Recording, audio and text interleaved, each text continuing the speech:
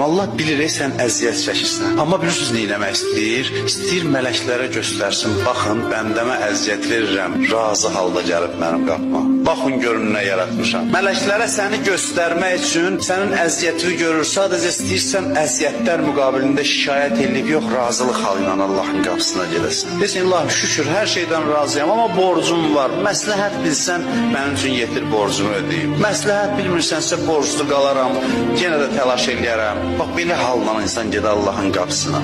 İmam Həsən əleyhissalamın sözü deyir, kim razı halda Allahın qapısına getsə, mən İmam Həsən zəmanət verirəm duasının qəbuluna. Duası qəbul olar. Allah halın müştərisidir. Verib verməmək asan məsələ, bunu yadda sal. Bir dənə bilin ki, kimin huzurundasınız da hər şeyin xəzinəsi onun əlindədir. Niyə verməsin? Niyə verməsin? Halı istəyir, halın müştərisidir. Halı yaratmaq üçün məhrum eləyir səni. Məhrum eləyir ki, nəhayət ki, sən bu halı yaradıb özün xoşbəxt olasan. Sənin əsirgəmək üçün yaratmayıb ki, onsuz yeri göğü sənin ixtiyarında qoyur.